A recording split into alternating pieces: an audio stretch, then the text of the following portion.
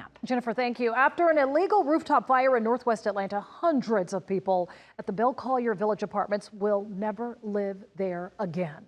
There is a class action lawsuit against the property owners, and now the city of Atlanta launching a new task force to reduce the risk of rooftop fires. Atlanta News First reporter Patrick Quinn joins us live from the Bell Collier Village in Northwest Atlanta.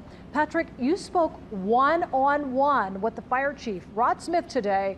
What type of complexes is the task force going to be focused on? Sean, this fire inspection task force, it just launched. I'm told it will really beef up, though, in 2025, and they'll be focused on apartment complexes just like this one, the roofs, to make sure they're up to Atlanta's Fire City codes. Now, they'll be focused on big apartments and townhomes, condos. Chief Rod Smith told me one fire's too many, but they're seeing a trend of rooftop fires across the city that's got to stop. This is just a rooftop fire. It's not going anywhere. Fire officials said the Bell Collier Apartments caught fire during an unsanctioned event on the roof where someone used charcoal on a propane grill.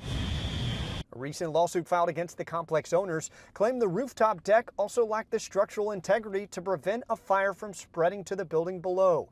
It was the second complex in Atlanta in the last year to catch fire sparked from the roof. In November, fireworks were reportedly to blame for this massive fire started on the roof at the Reserve at La Vista Walk Apartments. Now the Atlanta Fire Department is launching a task force to increase inspections to reduce the risk of future rooftop apartment fires. It's something that we need to be gauging and watching a lot closer to ensure that we're prepared, one, to respond, but initially we want to make sure that those spaces are compliant to the fire code.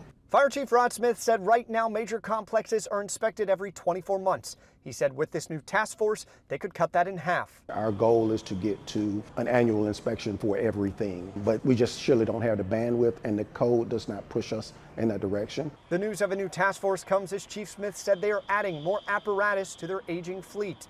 14 pieces of equipment, including 8 fire engines, will soon be delivered to the city. The help couldn't come soon enough to Southwest Atlanta, where Station 30 remains closed due to a shortage of equipment. Councilmember Antonio Lewis pressed the chief for a makeshift station to stand up while the city builds a new permanent firehouse. I need it. Understood. You said it, I need it. Fire Station 30 has been closed over a year now, and we need it. And right now, Fire Station 30 is the only fire station in the city temporarily closed due to equipment shortages. That's actually an improvement. Last year, there were roughly 3 stations of the 36 in Atlanta that were temporarily closed. Now, Fire Chief Rod Smith, he told me he sees a lot of improvement in the fleet that they currently have and how many more coming soon to Atlanta.